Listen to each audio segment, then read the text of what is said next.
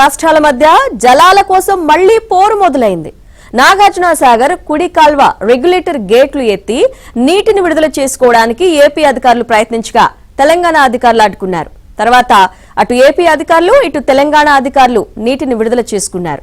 2023 November 29న సాగర్పై ఇరు రాష్ట్రాల అధికారుల మధ్య వివాదం తలెత్తిన విషయం తెలిసిందే. మళ్లీ అలాంటి పరిస్థితి నెలకొంటుందా అన్న చర్చ మొదలైంది.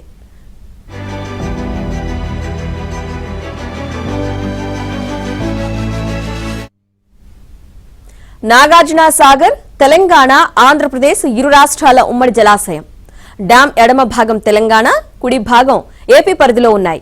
బుధవారం ఏపీ జలవనరుల శాఖ ఇంజనీర్లు సాగర్ కుడి ప్రధాన కాల్వ రెగ్యులేటర్ వద్దకు చేరుకుని గేట్లనెత్తడానికి ప్రయత్నించారు. తెలంగాణ నీటిపారుదల శాఖ ఇంజనీర్లు అడ్డుకున్నారు. తమ రాష్ట్ర తాగునీటి అవసరాలకు నీటి విడుదల చేసుకుంటున్నామని ఏపీ ఇంజనీర్లు చెప్పారు. కృష్ణానది యాజమాన్య బోర్డు అనుమతి లేకుండా రెగ్యులేటర్ గేట్లు ఎత్తడానికి వీల్లేదని తెలంగాణ ఇంజనీర్లు అభ్యంతరం తెలిపారు.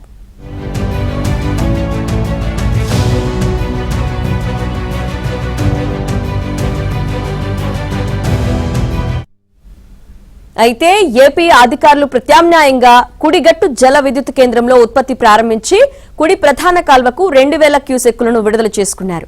మరోవైపు తెలంగాణ అధికారులు ఎడమ ప్రధాన కాల్వ ద్వారా 2000 క్యూసెక్కులను విడుదల చేశారు. ఏపీ తాగునీటి అవసరాల కోసం పలు గ్రామాల్లో చెరువులు నింపేందుకు 8 టీఎంసీలు నీరు అవసరమని, అందుకోసం ఉన్నతాధికారుల ఆదేశాల మేరకు కుడి కాల్వ జల విద్యుత్ కేంద్రం ద్వారా 2000 క్యూసెక్కుల నీటిని విడుదల చేస్తున్నామని సాగర్ ప్రాజెక్టు కుడి కాల్వ అధికారులు తెలిపారు. ఉన్నతాధికారుల ఆదేశాల మేరకు ఎడమ కాల్వకు నీటిని విడుదల చేసినట్లు తెలంగాణ అధికారులు తెలిపారు.